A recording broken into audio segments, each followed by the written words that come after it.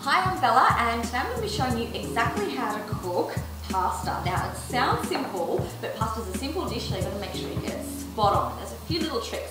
First of all, you want a huge pot of water, so it's really important to invest in a big stock pot. I mean, they're great for making soups, stews, all different types of things. And you want to fill it up with a lot of water because otherwise the pasta is going to stick together. Alright, next up, we're going to put some salt in the water. A lot of salt. Now it looks like there's a lot of salt, but I promise you we're not eating all that salt. It's staying in the water, and pasta cooks by absorption. So we need to season the water really well so the pasta has seasoning. You know, the Italians always say that it's salty like the Mediterranean. So salt also helps to bring the temperature of the water up, so that's really important too. Alright, a little bit too much pasta. So pasta's going to go in. I've got spaghetti, which I love. Just going to make sure you give it a nice stir straight away when you put it in. That's also going to stop it from sticking together. And it's also important to make sure that you do buy a really nice quality pasta. Pasta that's got a low protein and high starch content is the stuff that sticks together. So what it does, it releases all of the starches instead of holding onto them. So give that a nice little stir. The temperature's super hot because it's really salty water. And everyone always asks, how long do you cook pasta for? And the thing is, just look at the packet instructions because it really does depend on the shape. But there's one really important trick that I like to use, and that is, if the packet says 8 minutes, you cook it for 6 minutes in the water, and then we're actually going to be cooking the final 2 minutes in the actual sauce. So remember we talked about pasta cooks by absorption. So we're absorbing the salty flavour from the water, and then we're going to absorb the sauce, and that's how you're going to get a really well-flavoured pasta that's still al dente. And guess what I've got over here? Some olive oil. Anyone ever heard you should put that in the water? Definitely not.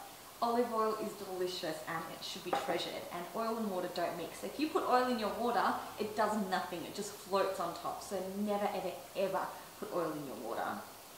Right, so the pasta's been cooking for 6 minutes in the boiling water. So let's just check it. Yeah, it still feels quite al dente. So I'm pulling it straight out of the pot and into my pan with the sauce. Now notice I'm not draining the pasta. The reason is that you want to hold on to that pasta water, because if your pasta ends up a little bit dry, it's a great way to loosen it up a little bit. It's got a lot of flavour. And on top of that, it's also really important not to rinse your pasta.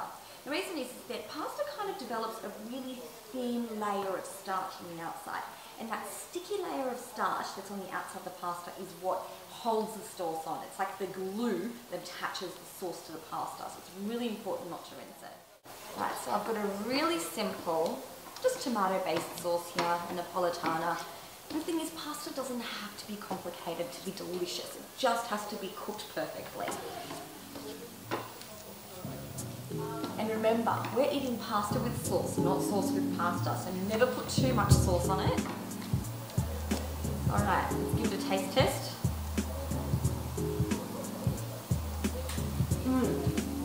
Absolutely perfect. It's just a touch dry. So I'm going to do is add a little bit of the boiling pasta water into the dish. That's just going to help to loosen it up a little bit.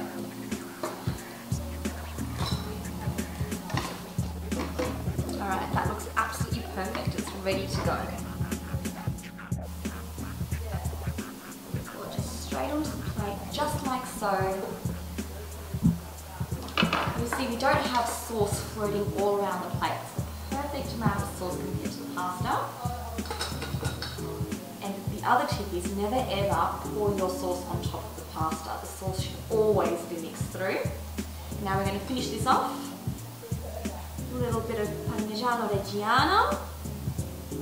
Never goes astray. Some fresh basil leaves. This is the simplest and most delicious dinner anyone can have. And of course, a final drizzle of olive oil. Perfect.